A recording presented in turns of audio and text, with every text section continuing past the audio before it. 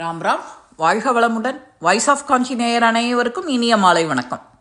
இன்னைக்கு ஸ்ரீ பெரியவா அனுபவத்தில் தேங்காய் நல்லா வேலை செஞ்சுதா அப்படின்னு கேட்குறாளாம்.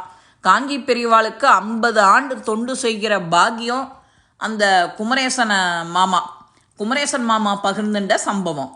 ஒரு முறை ஸ்ரீ பெரியவா காஞ்சி மடத்தில் தரிசிக்க பக்தர்கள் வரிசையில் காத்துட்டு இருக்கும்போது அவர்களில் வேலூர் மாவட்டம் இசையனூர் கிராமத்தை சேர்ந்த சீதாலட்சுமி அம்மாவும் வந்திருக்கா. அவள் தன்னோட 5 வயசு பேத்தி வித்யாவோட வந்திருந்தா. வித்யாவோ தலை வெள்ளை துணியால் மறைக்கப்பட்டிருந்தது. அருகில் வந்ததும் பெரியவா பாட்டிக்கிட்ட குழந்தை தலையில் ஏன் துணி போட்டிருக்கு அப்படின்னு கேட்டாலாம். பெரியவா, இவ தலையில் கொப்பளம் வெடித்து புண்ணாயிடுத்து, பார்க்காத வைத்தியம் கிடையாது, பலனே கிடைக்கல அப்படின்னு சொல்லி வருத்தப்படுறாளாம். பெரியவா உடனே தன் அருகில் இருந்த தேங்காயை கையில் எடுக்கிறா. இந்த தேங்காயை உடைச்சி பாலாக்கி தினமும் தலையில் தேய்ச்சிட்டு வா, சீக்கிரம் சௌகரியமாயிடும். குணமானதும் திருத்தணி முருகனுக்கு போய் முடிக்காணிக்க செலுத்திடும் அப்படின்னு ஆசி வழங்கினாலாம்.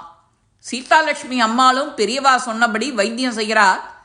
குழந்தை வித்யாவுக்கு 15 நாளில் தலையில் இருந்த கொப்பளம் ஆறிப்பெடுத்து பரிபூர்ணமாக குணமாயிடுது.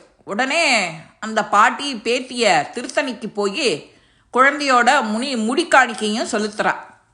பின்னாடி மீண்டும் காஞ்சி மடத்துக்கு வந்து பெரியவாளை தரிசனம் பார்க்கறதுக்கு வரா.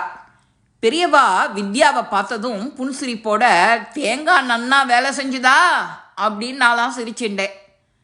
பாட்டியோ, பெரியவா எல்லாமே நீங்கள் தானே எங்களுக்கு சர்வமோ அப்படின்னு சொல்லி மகிழ்ந்தாளாம். பெரியவா அவளுக்கு பிரசாதம் வழங்கி ஆசையை கொடுத்துட்டு வளர்ந்து பெரியவளான பின்னாடி வித்யா பெரியவாளுடைய கருணையை அந்த முகத்தை ஒரு நாளும் மறக்காதபடிக்கு ஆயிடுத்தான் அந்த வித்யாக்கு.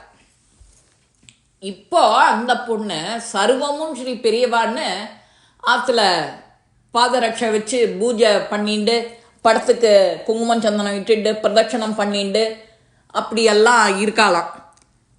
அபார கருணா சிந்தும் ஞானதம் சாந்த ரூபினம் ஸ்ரீ சந்திரசேகர குரு பிரணமாமி முத்தான்மகம். நமக்கும் இந்த பதிவு சொல்கிறதுக்கும் கேட்குறதுக்கும் எவ்வளோ அழகாக இருக்குது. இந்த மாதிரி பதிவுகள் உங்களுக்கும் பிடிச்சிருக்கும். லைக் பண்ணுங்க, ஷேர் பண்ணுங்க, பெல் பட்டனை கிளிக் பண்ணுங்க, சப்ஸ்கிரைப் பண்ணுங்க, கமெண்ட்ஸ் பாக்ஸில் கமெண்ட்ஸ் போடுங்க. ஸ்ரீ மகாபிரிவா திருவடிகளே சரணம். நல்லதே நடக்கும். ஆனந்தமாக இருப்போம் நண்பர்களே. வாழ்க வளமுடன்.